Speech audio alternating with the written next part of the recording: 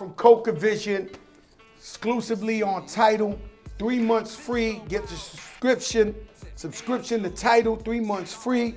My brother Maino. Yeah. Stay tuned from the Tunnel Vision. Let's go. Yeah, what up, y'all? Welcome to Coca Vision, live from El Chapo's Tunnel, coming all the way from Texas to Mexico. Today I have a very, very authentic guest, none other than Brooklyn's own Maino. What's up, baby? Yo, man. What's up, baby? Yo, Maino, man. It's, you know me, ain't nothing scripted. Mm-hmm. You know what I'm saying? So I just like to just run off the top. The first thing that comes to mind when I see you is the scar on your face. Really? Right? Nah, swear to God. And could you elaborate how that came about? Yeah. Yes. I think it's eating pussy. No, you gotta. Hey, yo, man, you gotta stop. You gotta stop. Look, everything with my madness turns into a positive. Yeah. Trust me, I always spin it. Of course. I got this in prison. You know, I went to prison early, man. I was young and wild. You know what I mean? You did like 10 years, right? Yep. And so I was like what they call an asshole in prison. Of course. You know, the assholes always in the box, always in starting the the trouble. jail, always in the stuff. Got a lot of issues. Don't keep it there. I'm sorry about that. Some niggas go to jail, they play it safe. Right. And you don't even know they're in the dorm. Right. You don't know that was not you. Please a lot elaborate. of rappers played, you know. No, like, rappers worse. Like, no. No, but I'm saying rappers today. No, let's not even talk about rappers. Like, fucking, no, all these jail stories. Stop. Like, the rappers is worse. No, don't bring a rapper. I'm talking. You're a real nigga. I'm not talking. We talking about, real shit. No, definitely. Don't bring rappers into this. You can go to prison, right? You can actually go to prison and like play it safe, really not have problems. Yes. You know, do your time, get your visits, making phone calls, and go home, right? You can do that. Like, it's not like what you heard, right? Like, when you like, oh, it's just that crazy. But then you got, I wasn't on that type of time because I didn't really like, really know. You didn't know you was going to be Maino the rapper. Yeah, exactly. I wasn't even rapping. So I didn't start rapping until I was in Southport, the box, know. And the thing about that is like,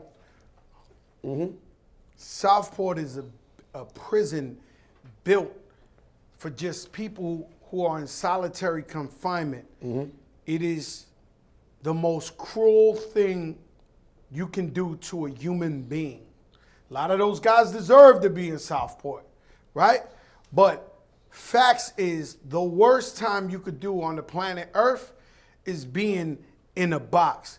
Please continue on, Maino. You got society, right?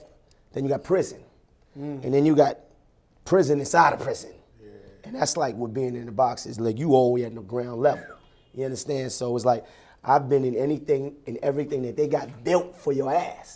Like, they put you behind the glass cage and sweat you out, give you bread loaf diet. Like, they leave you in there for years. First time I ever went to Southport, they gave me 2 years. I said, God damn. 2 years in Southport.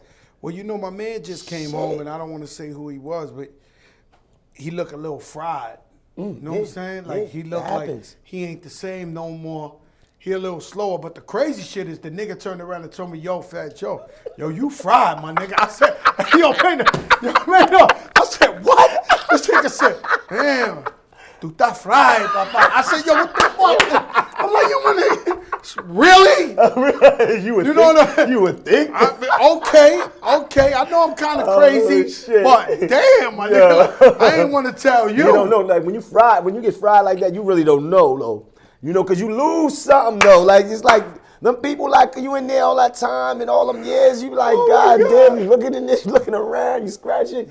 You like, crazy. Man, shit, how the fuck I'm gonna do this? So you kind of lose something. So you had beef just about with everybody in the universe. Yeah. How did it come about? But this I right got here, cut too. I tell them I got cut. I had cut a lot of people. I had cut, a lot of dudes, in those days. That was the days when cutting was. That's I never thought it was cool, but it was. Right, but it was what it was. Yeah, exactly. That was a New York thing. Yeah. It was a New York thing, and in the prisons, it was like kind of like you got your name known, so you was like known. So people knew who I was, Jermaine Coleman, and one particular guy, like we was cool. I cut him. in Kasaki, cut me back in Comstock. You know, so we about even. That one? Yeah, he cut me back in Comstock. I was in a barber. You know, prisons got. So he got you back. He got me back. So. Yeah, he got me back. Cut him first. He cut me back. He better not run into you because it's your turn. We can be even. We about even. We even now. We about even. We about even. You know, they got like prison barbershops, right? And I was getting my hair cut in a barbershop. True story. And he came and cut me. Yep. Yeah. You know. You know, a lot of people got killed. In the drug game, a lot of people, man, they would lay on you in the barbershop. Rest in peace, my brother Cato from Chi-Town, my brother Pito here in the background. Cato got, you know, probably the biggest nigga in planet Earth. He got killed in the barbershop. And I watched a lot of, you know, it's a dirty game out there, man, with that barbershop. That's right, the barbershop. You know, that's why we need our barbers come to us. Once you Me get too. some I ain't status, been in a barbershop I ain't in never years. been in a barbershop again. Oh my because God. it's like, yo, I watched one time two people have beef in the streets, and there was a young lady back in the day. She owned a barbershop that everybody used to go to. And this one nigga who's my brother, who's probably like my best friend on human earth, he's doing life in jail, not fair. He was putting pressure on the bitch to tell him when this nigga come up in the barbershop. But she, for one, she was cool with the other nigga. Not only that, she knew that they was gonna murk a nigga in her barbershop. So he was like, yo, I need to know when the nigga in the chair, and I'm like, damn, like, it's serious, yo, y'all gotta watch these barbershops. Especially now, you know it's worse now because you gotta think like social media, right? I was just telling my man like that, like, we playing on barbershop, my nigga. Like, a nigga go by and just be, you know, doing live or snapping, and he may do it on purpose, and you got ops out there just looking and like, oh shit, he on the barbershop right now. This is in real time. So I was just telling the nigga that the other day, like that barbershop shit. Yeah, if you got the means to not be there, don't be there. My barber come see me, baby. What happened to me was, I'm like 14 years old, I'm getting money. I moved out my house when I'm 14. I had the Dapper Dan shit on. I had some chains on and shit, and I went with 3 dudes. We went downtown to Studio 54, and Guy was performing, the group Guy. But immediately, I went to the second floor. You gotta understand, Fat Joe like an Eminem in the hood. I grew up, my project's like 99% black. That's right. You know what I'm saying? You sticking I was out. blonde hair, green eyes, in the middle of 500 niggas, and, you know, holding it down beyond Saddam Hussein, right? So you can't tell me shit. I'm 14 years old, I'm living on my own, I'm getting money. So I walk up in there, and it's like 30 niggas. They having like a cipher. You know, I can't say it was the guard bodies, but that's what it was. Right? You know, so they was probably having a cipher or some shit. And they was like, who is this Spanish nigga? Like, walking in here like, you know, chains on, this, that. So they ain't get it. They start talking. I'm like, suck my dick, nigga. It's whatever, nigga. Whatever y'all niggas want to do, right? So the security came. That's when they used to have the biggest niggas on earth. The security was like Amazon niggas. So they came and they took me down one staircase. But these niggas, they had it was 30 niggas. It was like 4 of us. And so I go down the stairs. And when I go down the stairs, security is walking us out. So I'm looking at 29 niggas walking behind me. I never forget, I always learn a lesson, Maino. I always learn it. Little nigga walked through with a black silk shirt, right, coming through. I seen him. You seen him. I had an opportunity, but I seen him, and I'm like, nah, he ain't about that life. And I kept looking back or whatever. Next thing you know, he walked by, boom. I never felt nothing, but this girl had all white on. I turned around, her shit was all red. And she was looking at me like, like, and I was like, you ain't even know. So I went like this. So I took my shirt off, wrapped it around. I chased that little nigga all around that club. But it was, I never forget, it's like the niggas be skiing. Like, this nigga was so fast. Like, you know how they be skiing and they go through the flag? He was going through. The silk shirt was going whoosh, whoosh, whoosh, whoosh. I was like, oh my God, I gotta catch this nigga. Like, I'm going crazy trying to catch him. You feel it, right? I couldn't catch him. No, but I knew. You knew. I knew the nigga hit me up. But boom, then I went back and I fought the 30 niggas in the middle of the club. We destroyed that place. And it's crazy. I got an eyewitness to this. Sean Beckers. Sean Beckers. Beckers, I don't know what the fuck he was doing there. He must have been my same age, and he was standing there by the bar. And I never forget, it was years later, I'm telling this story to Khaled that I realized that Beckers was there. He never talked to me about it. Right. So Beckers comes up to me in the middle of the whole shit. He said, bro, you're going to die. You're bleeding too much. You got to stop fighting. Like, please, go to the doctor. Go to the hospital. You're going to die. Like, the shit was just dripping. But I want to hurt somebody so bad. When you bleed and you fight, you bleed more. Your adrenaline. I didn't give a fuck. And I was so ignorant that I felt like it was dope. I went back to the hood with a scar on my neck like an asshole thinking, yeah, nigga, you know what I'm saying? Yeah, you had to fight 30 niggas and all that. You know what I'm saying? But my shit bust open. Nah, this shit crazy. I mean, I think about stuff I used to do when I was young, hustling in the streets. Man, just ignorant shit. You know what I'm saying? Ignorant. And what you used to hustle before you went? All that, definitely. What was probably the most ignorant shit you did on the streets, hustling? Violence. Anything, I've been violent, man. I've been violent too, but don't on you, man. On you. I've been very, very violent, man. All right, so I don't want you to violence still it'll come back. Yeah, definitely. All right, so a situation you've been through. Right. Yeah, let me tell me something in the streets, because I can't wait to get my dumb shit off right now. Like me, with my life. I want to tell you some ignorant shit. Yeah. Plenty dumb shit, man. I mean, we talking about, man, damn that fucking Oh God, bro. You gonna get me locked up, my nigga. No, I don't talk like that. Don't do that. For real. So non-violent. I'm gonna tell you a non-violent one. Non-violent? Non-violence. Damn, I feel like all my stories violent. All my good ones. Shit. God damn, man. I mean, am I that violent? I'm saying, yeah. Fuck, yeah, You're violent. pretty much. Then, right? I don't know, man. Maybe just buying stupid shit, man. Other than that, like, I mean, everything I got to talk about is violent, bro. Like, I mean. Well, tell me one that's not nobody. I'm gonna tell you this though, right? As a kid, right? You know, back in the days when you growing up as a kid, in around fucking 4th of July, everybody taking M80s in the hood and putting them in phone booths and shit like that. We was going a step further than that. We was putting them shits in stores. We used to throw them in Kentucky Fried Chicken. We used to throw them in there. Lock the door? No, throw them behind the glass.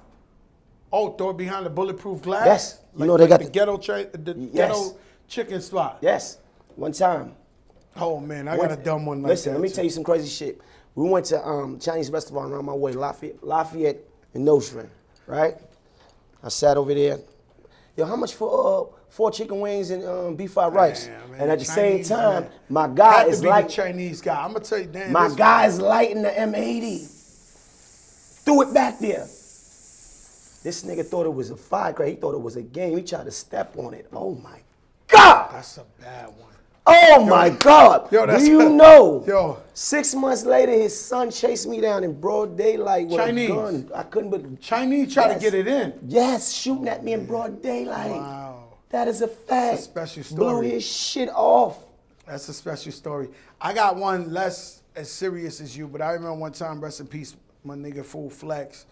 We was like 16 or whatever, and we walked in there. A McDonald's, and I told the nigga, I bet you won't say, yo, this is a stick up. I told him to go in there and say, yo, nigga, everybody on the floor is a stick up, right? Like an asshole, right? Like on some dumb shit. The nigga said, everybody in this bitch, it's a fucking stick up. This fucking cop came out, he was undercover, he was like shaking like this. Put your hands in the air. We had to talk the nigga into like, yo, it was a prank. Nigga was gonna pop. Oh, his shit was going like this. He was like, he had his family with him too, an undercover nigga. He was like, yo, oh my God, we walked in. Get the fuck out of here. That was some asshole shit, man. I remember where I met you for the first time. Nah, you don't remember. I do remember. Nah, you ain't gonna remember. I do remember. I remember. I do remember. You don't remember. It was a party in Manhattan in a club. And I had that black and white chinchilla on, and you must have just came home.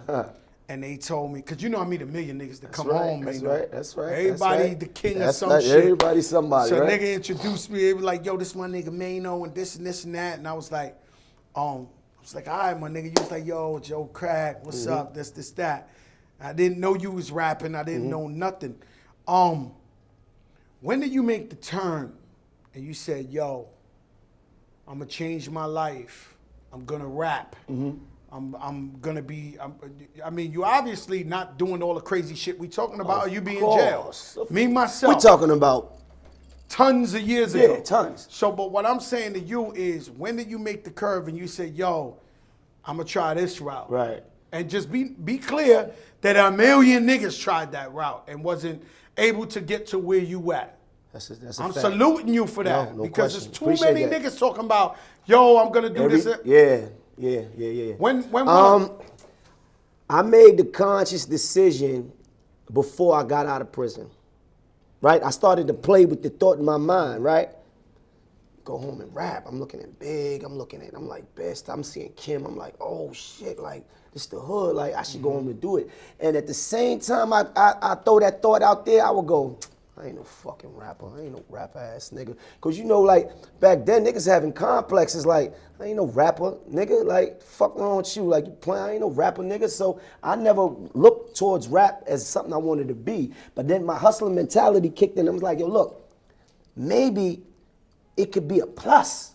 Maybe I could use it as a plus. And I started to convince myself that when I go home, that we just hustling it.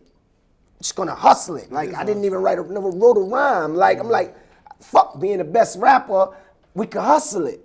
Right? You definitely have hustled. Yes, and I convinced my guys, like, yo, my nigga, like, we could go home, we could do it, my nigga. These niggas are talking about us.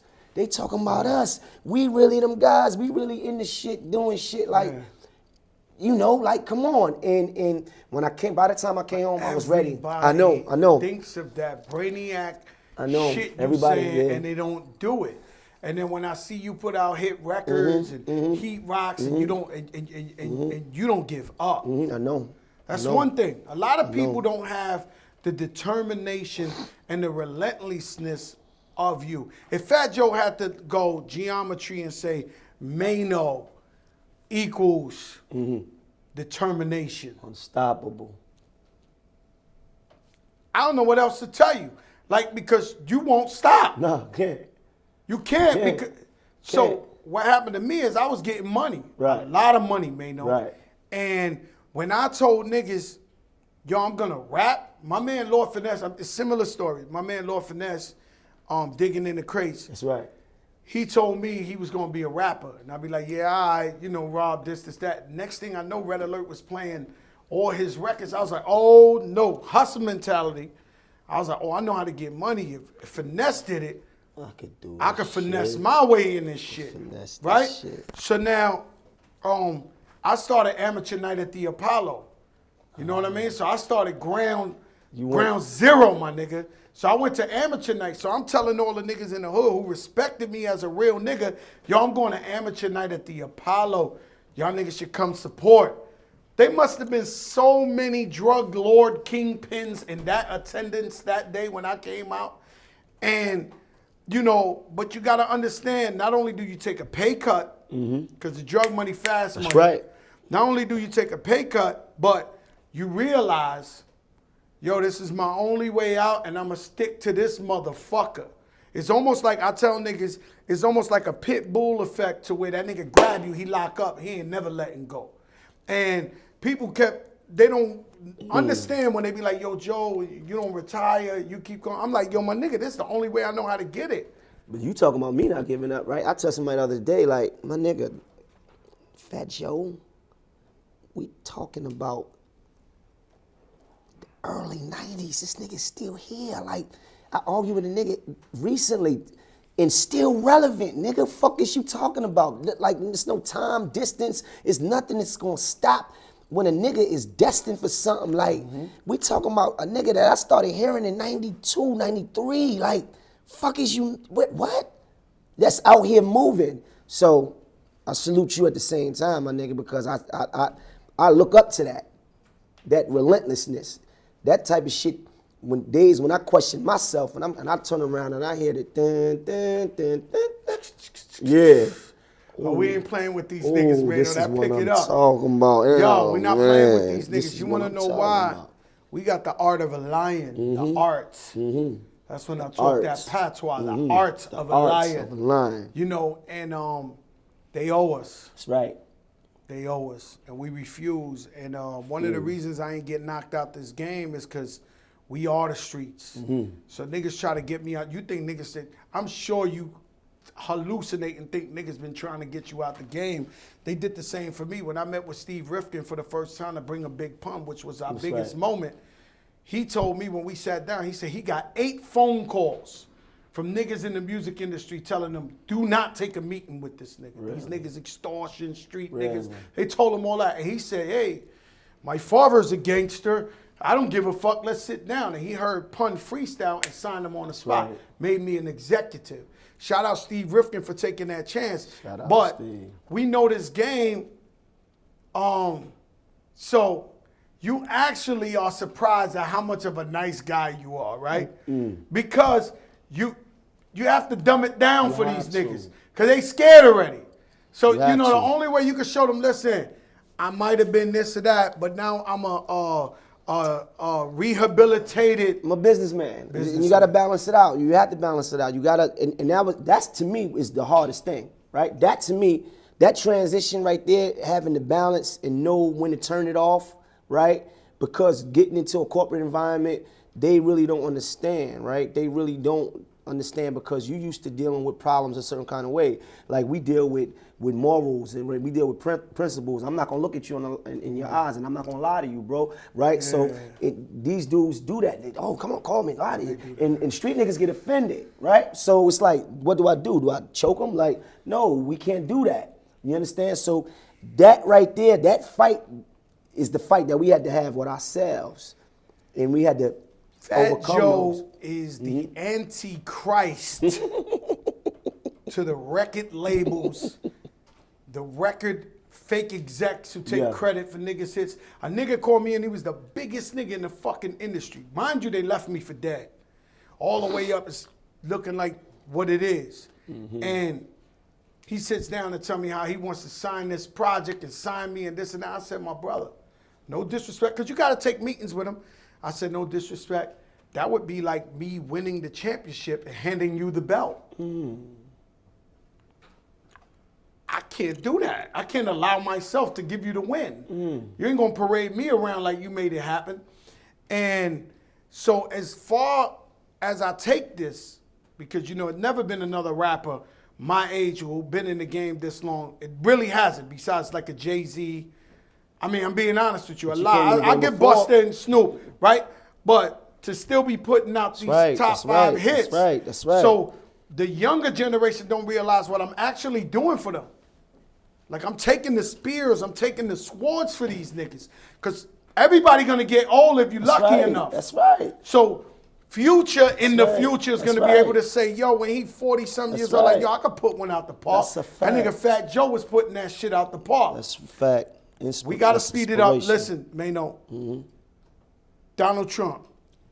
Dickhead, asshole, fuckboy, stupid, narcissistic, ignorant, dumb,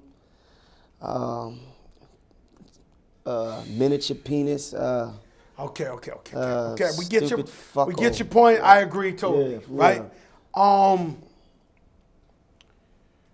love Dave Chappelle. I was the first rapper on Dave Chappelle's show. So my favorite part of Dave Chappelle is when keeping it real goes wrong. What have you done keeping it real where you said, damn, keeping it real's gone wrong? Yeah, keeping it real go wrong, real life shit. Came home from prison, keeping it real, want to be a real nigga, like keep it real with all the homies that I left behind, some homies in jail and all that. My dumb ass go see my nigga. I went to a visit on parole. On parole, yeah. 5 months being home. Pull up on a visit, go see the parole officer next day, click, another whole year. That's when keeping it real goes wrong. For real. Live from Coca Vision, exclusively on Tidal. 3 months free. Get your subscription Subscription to Tidal, 3 months free. My brother Maino, Yeah. stay tuned from the Tunnel Vision. Let's go.